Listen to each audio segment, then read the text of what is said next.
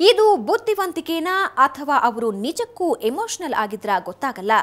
ಏನೇ ಆದರೂ ಜನ್ಮ ಕೊಟ್ಟ ತಂದೆಯನ್ನ ಕೊಂದಿರೋದಂತೂ ನಿಜ. ಆದ್ರೆ ಸುಪಾರಿ ಕೊಟ್ಟು ಕೈ ತೊಳ್ಕೊಂಡವನು ನಾನು ಹಂತಕನಲ್ಲ ಅಂದಿದ್ದ. ಅಪ್ಪನ ಕಾಲರ್ ನೋವು ಮಾಡಿದ್ರೆ ಮನೆ ಕುಂದಿರ್ಸ್ಬೇಕು ಅನ್ನೋದಿತ್ತು ಅಂತಲ್ಲ, ಅದು ಬಿಟ್ಟು ಮತ್ತೇನಿರಲಿಲ್ಲ. ಆಮೇಲೆ ಮತ್ತೆ ಸರ್ ಪರಿಚಯ ಆದ್ರಿ. ಸರ್ ಪರಿಚಯ ಆಗಿ ಆಮೇಲೆ ಸರ್ ನಂದು ಇಂಥ ಪ್ರಾಬ್ಲಮ್ ಐತಂತ ಕೇಳಿದ್ದಾರೆ. ಅವ್ರು ಆತ್ಪ ಇಂಥ ಮಾಡೋಣ ತಗೋ ಅಂತಂದ್ರೆ. ಸೊ ಅದಕ್ಕೆ ಆಯ್ತು ಸರ್ ನೀವು ಯಾವಾಗ ಮಾಡ್ತೀರಿ ಕೇಳ್ರಿ ಅಂತ. ಸೊ ಅವ್ರಂದ್ರೆ ನೋಡಪ್ಪ ನಿನ್ನ ಕಡೆ ಆದಷ್ಟು ನಿನ್ನ ಕಡೆ ಎಷ್ಟು ಆಗ್ತೈತೆ ಅಷ್ಟು ಕೊಡು, ನಾನು ಮಾಡಿ ಕೊಡ್ತೇನೆ ಅಂತ. ಅದಕ್ಕೆ ನಾ 80,000 ಅಂತೂ ಕೊಟ್ಟೆ. ಏನೋ ಮಾಡೋದಕ್ಕೆ ಹೋಗಿ ಇನ್ನೇನೋ ಆದ ರೀತಿಯಲ್ಲಂತೂ ಕೊಲೆ ನಡೆದಿಲ್ಲ. ಅಲ್ಲಿ ಹಂತಕನಿಗೆ ಕೊಲೆ ಮಾಡೋ ಉದ್ದೇಶದ ಹೊರತಾಗಿ ಮತ್ತೇನೂ ಇರಲಿಲ್ಲ ಅನ್ನೋದು ಸ್ಪಷ್ಟ. ಅದಕ್ಕೆ ಅಂತಾನೆ 80,000 ಹಣ ತಗೊಂಡಿದ್ದಾಗಿ ಹೇಳೋ ಕರಾಟೆ ಮಾಸ್ಟರ್ ಕೂಡ ಮೊದಲು ಈ ತಾರಕೇಶ್ವರ ತನ್ನತ್ರ ಬಂದಿದ್ದು ಕೈಕಾಲು ತೆಗೆಯೋ ಯೋಚನೆಯಲ್ಲೇ ಅನ್ನೋದನ್ನ ಮರೆಯಲ್ಲ. ಮೊದಲು ಇವರ ಪ್ಲಾನ್ ಅಷ್ಟೇ ಇತ್ತು, ನಿಧಾನವಾಗಿ ಇಂಟೆನ್ಷನ್ ಬದಲಾಗಿತ್ತು. ಆಗ ಕರಾಟೆ ಮಾಸ್ಟರು ಇದು ತನ್ನೊಬ್ಬನಿಂದ ಆಗೋ ಕೆಲಸ ಅಲ್ಲ ಅಂತ ಪರಿಚಯದ ಹುಡುಗ ಅಶೋಕ್ ನಗರ್ಕರ್ ಅನ್ನೋನಿಗೆ ವಿಷಯ ತಿಳಿಸಿ ಅಡ್ವಾನ್ಸು ಅಂತ 15,000 ಹಿಡಿಸಿದ್ರು. ಆ ಬುದ್ಧಿವಂತ ಹಣ ತಗೊಂಡು ಕಾಲ್ಕಿತ್ತಿದ್ದ. ಇವ್ರ ತಮ್ಮ ನಮ್ಮ ಕಡೆ ಪ್ರಾಕ್ಟೀಸ್ ಬರ್ತಾನೆ. ಹೊರಟ್ಲೆ ಒಂದಿನ ಇವ್ರು ಬಂದು ಮತ್ತೆ ಹಿಂಗೆ ಪ್ರಾಬ್ಲಮ್ ಇದೆ ಸರ್, ಮತ್ತು ನಮ್ಮ ಮನೆಯಿಂದ 25 ವರ್ಷ ಆಯಿತು ನಮ್ಮಪ್ಪ ನಮ್ಮನ್ನು ಬಿಟ್ಟು ಹೋಗಿ, ಮತ್ತು ಇದುವರೆಗೂ ಏನು ಒಂದು ಮನೆ ಖರ್ಚಿಗೆ ಆಯ್ತು ಅದಕ್ಕಾಯ್ತು ಏನು ದುಡ್ಡು ಕೊಡೋಂಗಿಲ್ಲ, ಏನಿಲ್ಲ, ಪ್ರಾಬ್ಲಮ್ ಸಮಸ್ಯೆ ಭಾಳ ಇದಾವೆ. ಹಂಗಾಗಿ ನಮ್ಗೊಂದೊಂದು ದಿನದ್ದು ಊಟದ ಖರ್ಚು ಕಳಿದಾರ ಭಾಳ ಐತಿ. ಹಂಗಾಗೈತಿ ಅನ್ನೋಟ್ಲೆ ನನ್ನ ಕಡೆ ಒಂದು ಹುಡುಗಿದ್ರು ಪರಿಚಯ ಇದಾವ. ಆ ಹುಡುಗಿಗೂ ಇವ್ರಿಗೆ ಒಂದಿನ ಕರೆಸಿ ಪರಿಚಯ ಮಾಡ್ಸೀನಿ ರೀ. ಪರಿಚಯ ಮಾಡಿಸ್ಕೊಟ್ಟಾಗ ಆ ಹುಡುಗ ಒಂದು 15,000 ರೂಪಾಯಿ ರೊಕ್ಕ ತೊಗೊಂಡು ಓಡೋಗ್ಬಿಟ್ರಿ. ಅವನು ಹೋದ ನಂತರ ಸುಮ್ಮನಿರೋದಕ್ಕಾಗತ್ತಾ? ಜವಾಬ್ದಾರಿ ತಗೊಂಡಾಗಿತ್ತು. ಅಷ್ಟಾದ್ಮೇಲೆ ಹಣ ಕೊಟ್ಟವರು ಬಿಡ್ತಾರ? ಬಿಡೋ ಚಾನ್ಸೇ ಇಲ್ಲ ಅಂತ ಅನ್ನಿಸಿದ ಮೇಲೆ ಈ ಮಂಜನ್ನ ಸೇರಿಸ್ಕೊಂಡು ಕಥೆ ಮುಗಿಸಿದೆ ಅಂದಿದ್ದ ಕರಾಟೆ ಮಾಸ್ಟರ್. ಇವನ್ ಕಡೆಯಿಂದ ಸ್ವಲ್ಪ ಪ್ರೆಷರ್ ಬರತ್ರಿ, ದುಡ್ಡು ಕೊಟ್ರಿ ಸರ, ಮತ್ತಿಲ್ಲ ಅಂದ್ರೆ ನಮ್ಮ ಅಪ್ಪಂದು ಕೆಲಸ ಮುಗಿಸ್ಕೊಟ್ರಿ. ಆತ್ಪ ತಡಿ ಒಂದು ಸ್ವಲ್ಪ ದಿನ ಅದನ್ನೇ ಅವ್ರ ಅಪ್ಪಂದು ಕಾಯೋ ಕಾಲೋ ಇಲ್ಲ ತಲೆ ಹೊಡೆದು ಒಟ್ಟೇನೋ ಮೈಂಡ್ ಮಾಡಿಸ್ಬೇಕು ಅಂತೇಳಿ ಸರ್. ಆ ಟೈಮ್ ವಿಚಾರದಾಗ ಇವನು ಸಿಕ್ಕ ಮಂಜು ಅಂತೇಳಿ. ಇವನು ಸಿಕ್ಕ. ಆಮೇಲೆ ಬಡ ಏನಾತಪ್ಪ ಈಗೇನು ಇವ ಅಂತ ಬಂದ್ರೆ ಏನು ಮಾಡ್ಬೇಕಣ್ಣ, ಮತ್ತೇನು ಖರ್ಚಿಗೆ ರೊಕ್ಕಿಲ್ಲ ಏನಿಲ್ಲ, ಏನು ಮಾಡೋದು ಅನ್ನೋತ್ಲೆ ಮತ್ತೀಗ ನನ್ನ ಕಡೆ ಈಗ ಒಂದು ಹುಡುಗ ಹಿಂಗೆ ಹುಡುಗನಪ್ಪ ಒಂದು ಕೆಲಸ ಅದು ಒಂದು ಬಂದೈತೆ, ಅದನ್ನ ಹೆಂಗೆ ಮಾಡ್ತಿದ್ರು ನೋಡು ಅಂತಂದೆ. ಇವ ಆತಣ ನಾ ಮಾಡ್ತೀನಿ. ಇವನು ಹೀಗೆ ಮತ್ಯಾರನ್ನು ಸೇರಿಸಿಕೊಂಡು ಲಘು ಬಗೆಯಲ್ಲಿ ಮರ್ಡರ್ ಮಾಡಿ ಮುಗಿಸೋ ಯೋಚನೆ ಮಾಡಿದ್ದು ಈ ಹುಡುಗಿಯಿಂದ. ಈಕೆ ಆರೋಪಿ ತಾರಕೇಶ್ವರನ ಅಕ್ಕ ನೀಲಾಂಬಿಕಾ. ಯೂನಿವರ್ಸಿಟಿಯಲ್ಲಿ MA ಮಾಡ್ತಿರೋ ನೀಲಾಂಬಿಕಾಗೆ ಮದುವೆ ಆಗಿತ್ತು.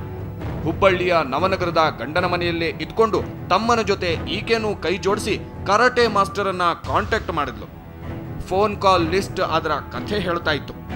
ಆದ್ರೆ ಆ ಕರಾಮತ್ತುಗಳೆಲ್ಲ ಆ ಮನೆಯಲ್ಲೇ ಇದ್ದ ಇನ್ನಿಬ್ಬರು ಹುಡುಗರ ಗಮನಕ್ಕೆ ಬಂದಿರಲಿಲ್ಲ. ನಿರಂಜನ ಪೂಜಾರ ಅಂತ ಹೇಳಿ, ಶಿವಯೋಗಿ, ತಾರಕೇಶ್ವರ, ಈ 3 ಜನ ಗಂಡು ಮಕ್ಕಳು, ನೀಲಾಂಬಿಕಾ ಅಂತ ಹೇಳಿ ಹೆಣ್ಮಗಳು. ಸೊ ನಿರಂಜನ ಪೂಜಾರಿಗೆ ಏನು ಗೊತ್ತಿಲ್ಲ, ಮತ್ತೆ ಶಿವಯೋಗಿಗೆ ಏನು ಗೊತ್ತಿಲ್ಲ.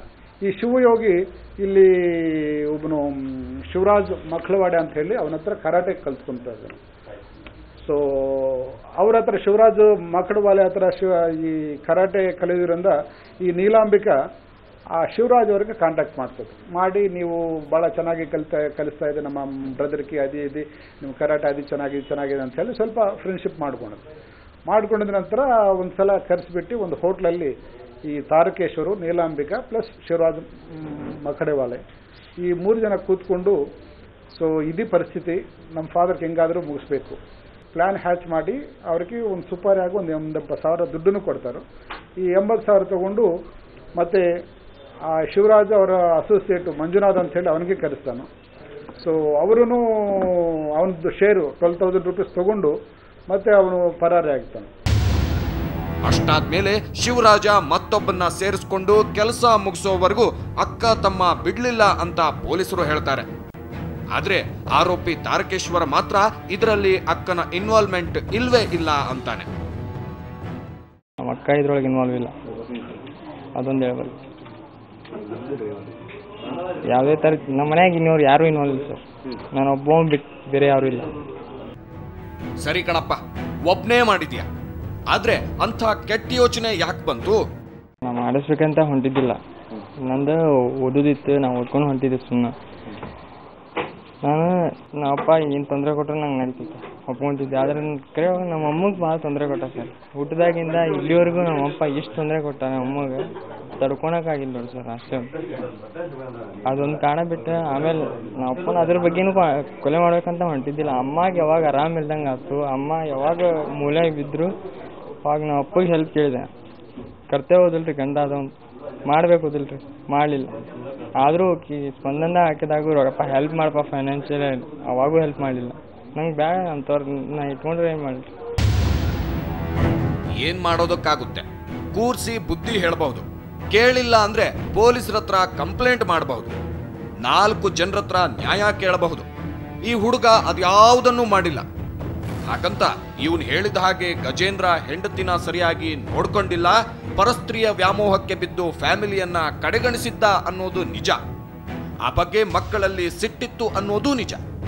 ಆದ್ರೆ ಈಗ ಈ ಮೇಷ್ಟ್ರನ್ನ ಮರ್ಡರ್ ಮಾಡೋ ಯೋಚನೆ ಬಂದಿದ್ದು ಮಾತ್ರ ಮುಂದೆ ಅವರ ಕೆಲಸ ಇವ್ರು ಯಾರಿಗಾದ್ರೂ ಸಿಗಬಹುದು ಅನ್ನೋ ಆಸೆಯಿಂದ ಅನ್ನೋದು ಪೊಲೀಸರ ಗಮನಕ್ಕೆ ಬಂದಿದೆ. ನಮ್ಮ ಸರಿಯಾಗಿ ನೋಡ್ಕೊಳ್ತಾ ಇಲ್ಲ, ಇವ್ರು ಇದನ್ನು ಹೋದ್ರೇನೆ ಬೆಟ್ರು.